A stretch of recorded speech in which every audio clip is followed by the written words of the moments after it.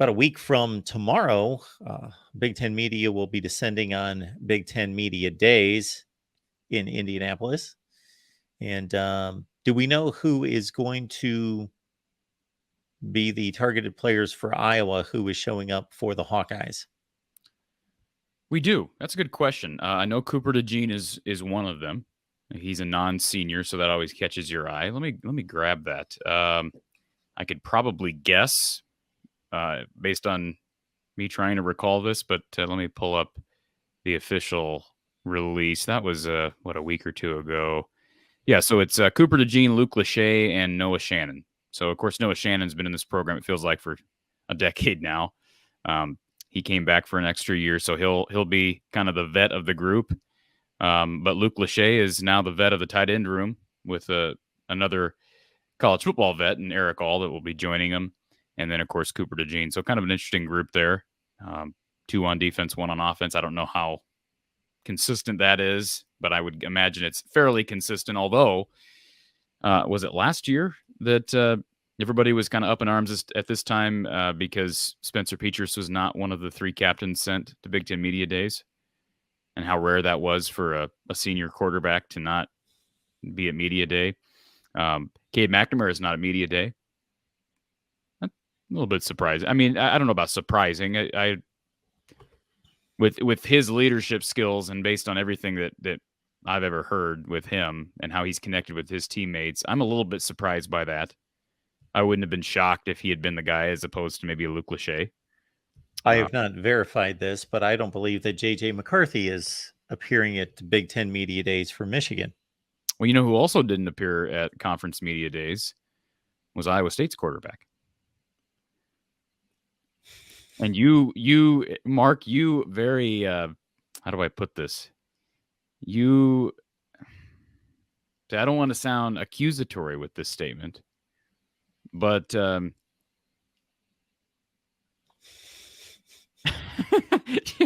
you very conveniently passed over my questioning of Levi Stevenson the other day in your chat. I'm assuming you wanted to save that conversation for today's show.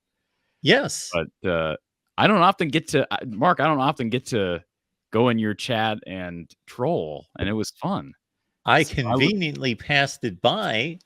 I knew that we were going to have this conversation here, and then we would address it then. I did watch last night, Mark. I went back and watched. I don't know why I did it.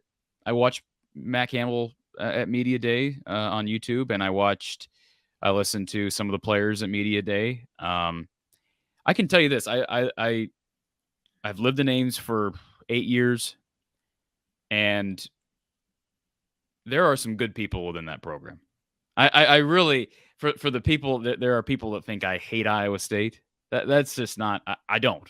That's just not. I'm not saying I have a soft spot for the Cyclones, but I'm just saying there are some really good people within that program. I think there's a way, in a sports sense, to separate the two. Meaning, I have my sports allegiances, and if anyone knows what those are, I could meet any and everyone at the University of Michigan, let's say, and think that they are just the most outstanding people, and build friendships with them. That would not stop me in any way with building friendships. Maybe me at 15 or 20 years old, it would have stopped me from building friendships. But today, none of that matters. It's stupid. So, yeah, I know exactly what you mean, by the way. But in a sports sense, still be able to shut that off and just look at them not as people, as just wearing certain colors, certain uniforms, and having a certain team name placed on them that makes them the enemy in a sports sense. And let me just say this, Mark, there are certain people on that Cyclones roster that I will be rooting for this fall. There just will be. But I think what you just said is fair. And that's called, let's go full circle back to this discussion of Cody Ince. That's called perspective. When you fail to have perspective and separate reality and balance from fandom, then we have a problem. So I'm looking forward to the Rip Fest here in the next 10 minutes or so. But I was able to go back and watch Matt Campbell.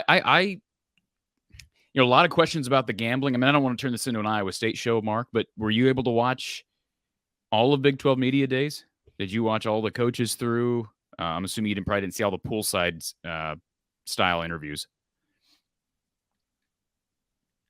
I've done a rather poor job of doing my job the last week to 10 days, I guess. So SEC Media Day started yesterday, and I had realized this before. I'm in transition, so I do not have access to the SEC network. Always have had access to it. Didn't even give it a thought that I always just watch everything live and record it and go back. And I just thought, you know what, this stuff's going to be posted a couple hours afterwards. But with everything that I had going concerning my obligations with other live streams, I am just starting to catch up with SEC Media Days. I had a couple guests on in the last couple hours. And the same thing with Big 12 Media Days. I had a number of contributors come on, represent Big 12 teams. But in terms of me sitting down, watching any of that, I don't believe I saw any of it. So I know that the majority of questions to Matt Campbell was about the gambling situation. And he kept using the term minimal or minimalistic or whatever word he used, kind of downplaying the significance that scandal was going to play on availability and whatnot.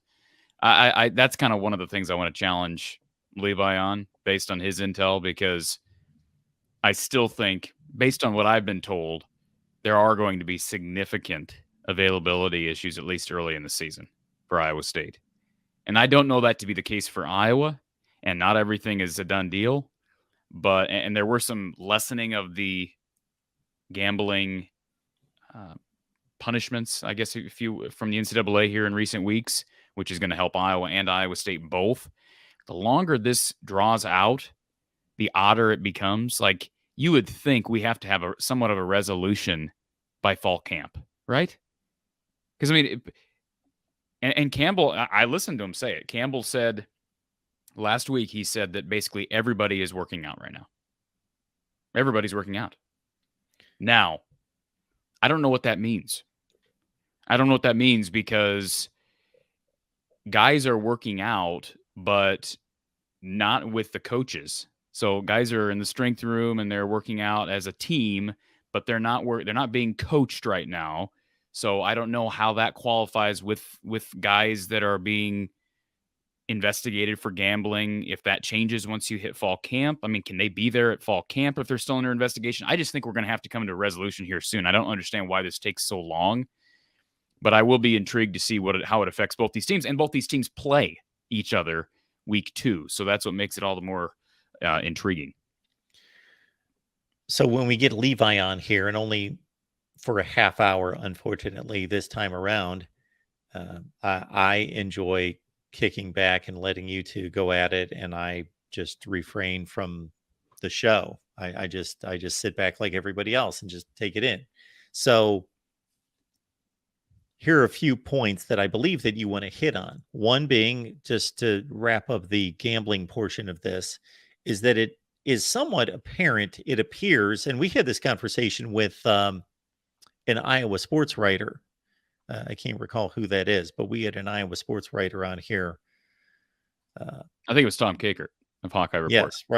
Yes, right after the incident broke, that because of the rules and the legislation in state, they must have found out about someone, and then once that information's there, then you might as well just check all the student athletes that play for any of the universities, and then they form their list from there and discover other violations. So there's that. There is the component of recruiting you wanted to hit on. You've made some recent observations about the disparity in recruiting in state. Yeah, I don't know how I don't know how Levi's gonna spin that. I'd love to know, because that's just is, like I said to you before, it's just is odd. It's just an odd. When you look at that 24 class, it's just weird. Yeah. I wanted to challenge him on that point, because he was spinning recruiting in a positive light when I had him on our Big 12 media days last week, but I knew that you were going to bring the heavy artillery, so I what didn't say anything. I listened to most of that. What did he say about recruiting? I missed that part. Well, he was just spinning it in a positive fashion that it's never been better and everything's great and It's and never so been forth. better. And so I Meanwhile, knew they're getting torched within the state. I knew that this was coming, so he was mentioning other players signed from other locations. Yeah, and I'll give them this. They have brought in a number of transfer portal guys. They lost, was it about a year and a half ago that they was it that long ago that they lost a number of really significant players, and they went to Yeah. the JUCO ranks, and they went different places. They had to, kind of like Iowa did this year. So both these teams have kind of embraced a format that I don't think either Campbell or Ferentz are super comfortable with, or were super comfortable with, and for far different reasons. So, depth is going to be really important with the gambling situation, and with there being a question of depth coming into play early on, you may see new faces early, and I'm not just talking about transfer guys. I'm talking about potential true freshmen on both sides. There's no comparison between these two programs currently. There's no comparison historically, but there was a year or two, a season or two here in the last 3, 4, 5 years in which Iowa State was ascending. Where did you believe that there was a concern that Iowa State would eclipse Iowa, that they were on equal ground at that point for as brief a time as it was? No. Well, they lost like 7 or 8 straight games, Mark, to Iowa. And the one year they finally beat Iowa was last year, and they went 4-8. I'm not, they beat Iowa. They won on the road. There's no question about that. But I'm just saying, like, throughout that reign, if we want to call it that, minus 2020 when the two teams didn't play, and what Iowa State fans will tell you is, wow, that's the Big Ten that canceled that game. We wanted to play, whatever. They didn't play. That was the swan song for Iowa State. Let's remember, one of those really good seasons was during a really weird COVID year in 2020. Oh, their best season. That's the best season in the history of the school. It's funny. I was at a garage sale the other day, Mark, and I'm not a garage sale guy. I was at a garage sale, and I almost bought it, but it was $10. I don't spend that much. I was at a garage sale, and I saw this book. Yeah. It's never been open, in shrink wrap, and it was one of those, was it Sports Illustrated? They do like a season to remember. Yes. For a franchise or program, and it was Campbell holding up his trophy. Oh my goodness. They never won 10 games. Haven't won 10 games, Mark. They won the Fiesta Bowl. A season to remember. They won a New Year's Six game. How many games they win that year? They went 9-3. Okay, 9-3. Sorry. 9-3. They won the Fiesta Bowl. They lost the Big 12 championship game. Didn't even win a Big Ten title, and we're calling that a season to remember? I don't know. I guess, let's see. When was Iowa featured on the front of Sports? That's a little bit different, but the front of Sports Illustrated, was that 2010, or was it after the 2009 season? Because they, of course, kind of similar circumstance in 2009. They lost the Big Ten championship out to Ohio State, then beat Georgia Tech in the Orange Bowl. But anyways, I didn't buy the book, long story short. I posted a video the other day asking the question, is this the year, fill in the blank, and posted the Big Ten Eastern Division. I do have all of my data for the Big Ten Western Division, and my questions concerning Iowa would be, again, not leading anyone in the direction that they're going to accomplish these things, or they can be negatives and they can be positives, of course. But since you did mention that about 2009, the Orange Bowl win against Georgia Tech, is this the year that Iowa wins a Big Ten championship for the first time since 2004? Is this the year that, of course, if they would accomplish that, it would be an outright championship, which has not occurred since 1985.